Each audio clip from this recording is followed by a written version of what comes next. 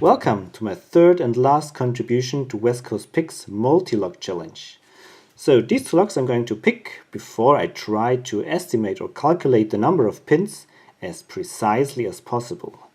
So the first lock is a Chinese-made padlock in EGRET, and it was sent to me by Crispy Bear for my younger son Franz. But Franz never showed really interest in picking locks, so it returned back to my collection. Here it says, might require some training. And it requires some training for me because it's really hard for me to pick. So 1, 2, 3, 4, 5, 6 pins. Nice bidding. But it has only standard pins, so that's a pretty difficult pick for me. I picked it open 3 times on camera already. Not on camera, off camera, but it never picked open on camera. So let's give it a try again. Apply a lot of force here with my tension wrench on the plug. So 1 is set. 2 is set. 3, maybe it was an overset. 4, 5, 6. Okay, I try again. Even more force on the tension bar. 1, 2,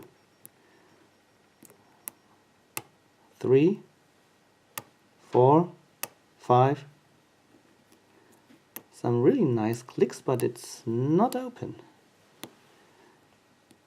It's a tricky evil lock, and now it's open finally.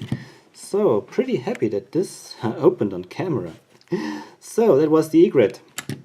Now let's move on to the next lock. It's a Teton dimple lock. Here is the key.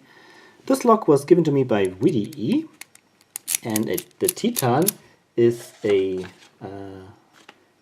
Slovenian brand.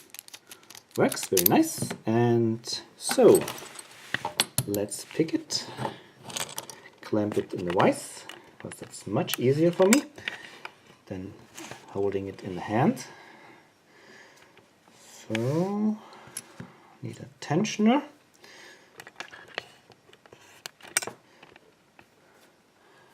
I turn it counterclock. No, I turn it. Let's see. I turn it clockwise and pick it counterclockwise. Yep. So 1 is springy, 2 is springy, 3, 4.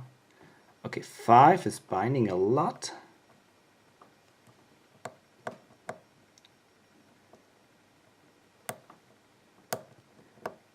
I have to release tension to get my pick under it or over it, and 6 as well.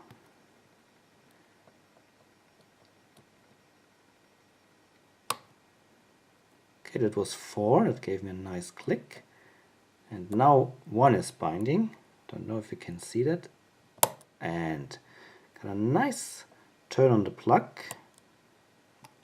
And touched 2 and the force set increased. I'm here on 4, gives me counter rotation. And it's open. So that was nice. I'm really interested in seeing which pins are in this lock, so I will take it apart at the end of this video so that we can have a look at the guts.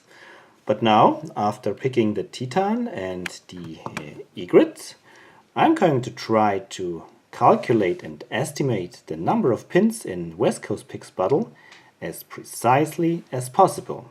Hold on. So here is my most accurate method of estimating the number of pins in West Coast Picks bottle.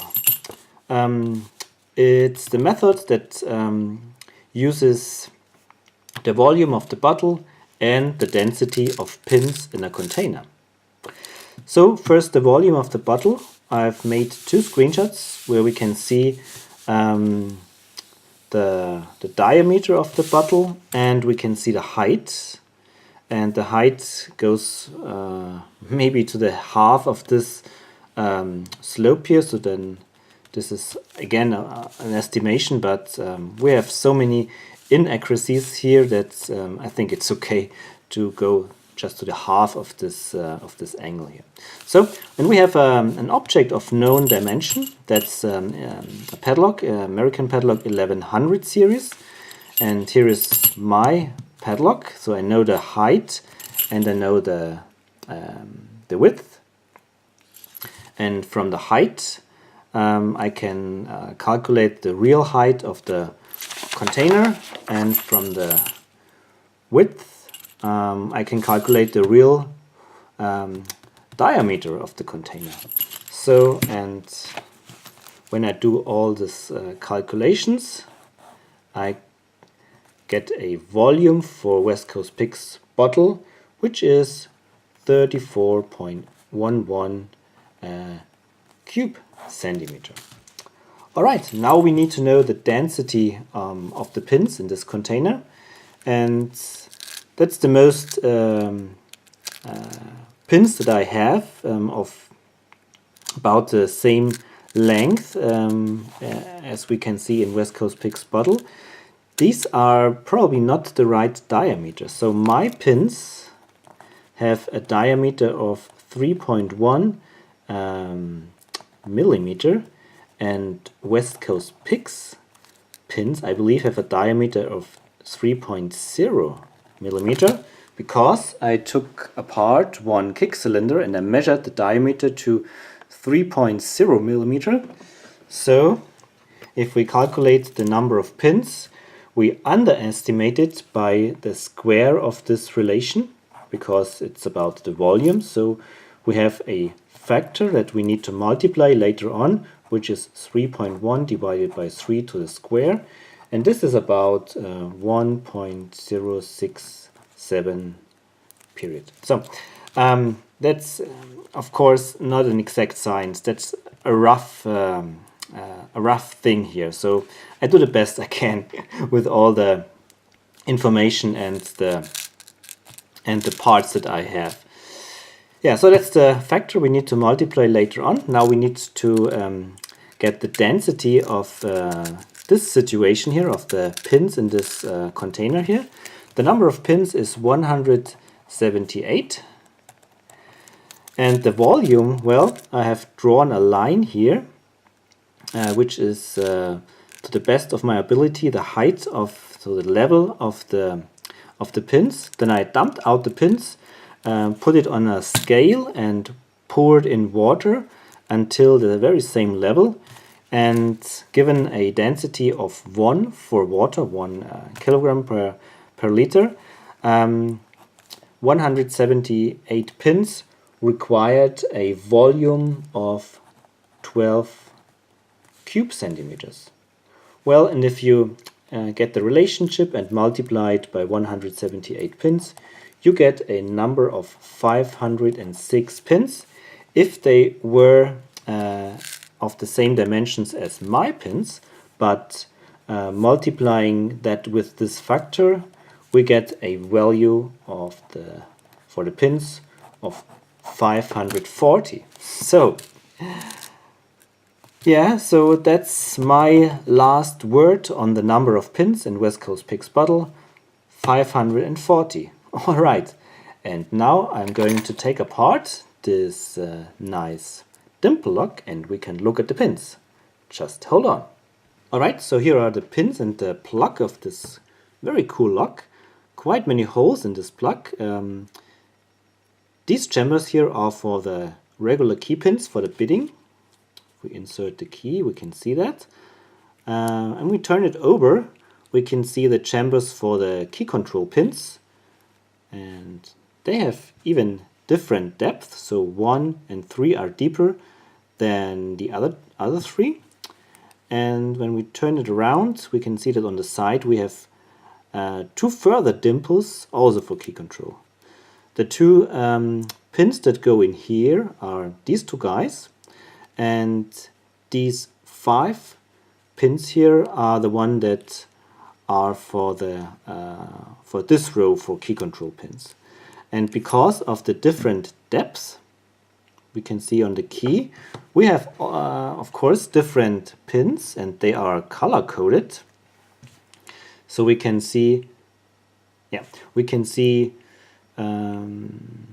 the copper color looking pins. They are a little bit thicker, or how can I say, longer. So this part here is longer compared to the brass color looking pins, where this part is a little bit smaller or shallower. Yeah, so much for the key control pins. Now let's have a look to the regular pins.